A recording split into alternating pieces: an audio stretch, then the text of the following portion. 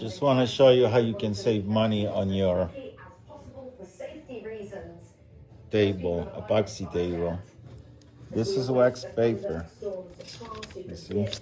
As long as you got all this thing tied up and had a cork underneath too, just to help out. You have to bridge this,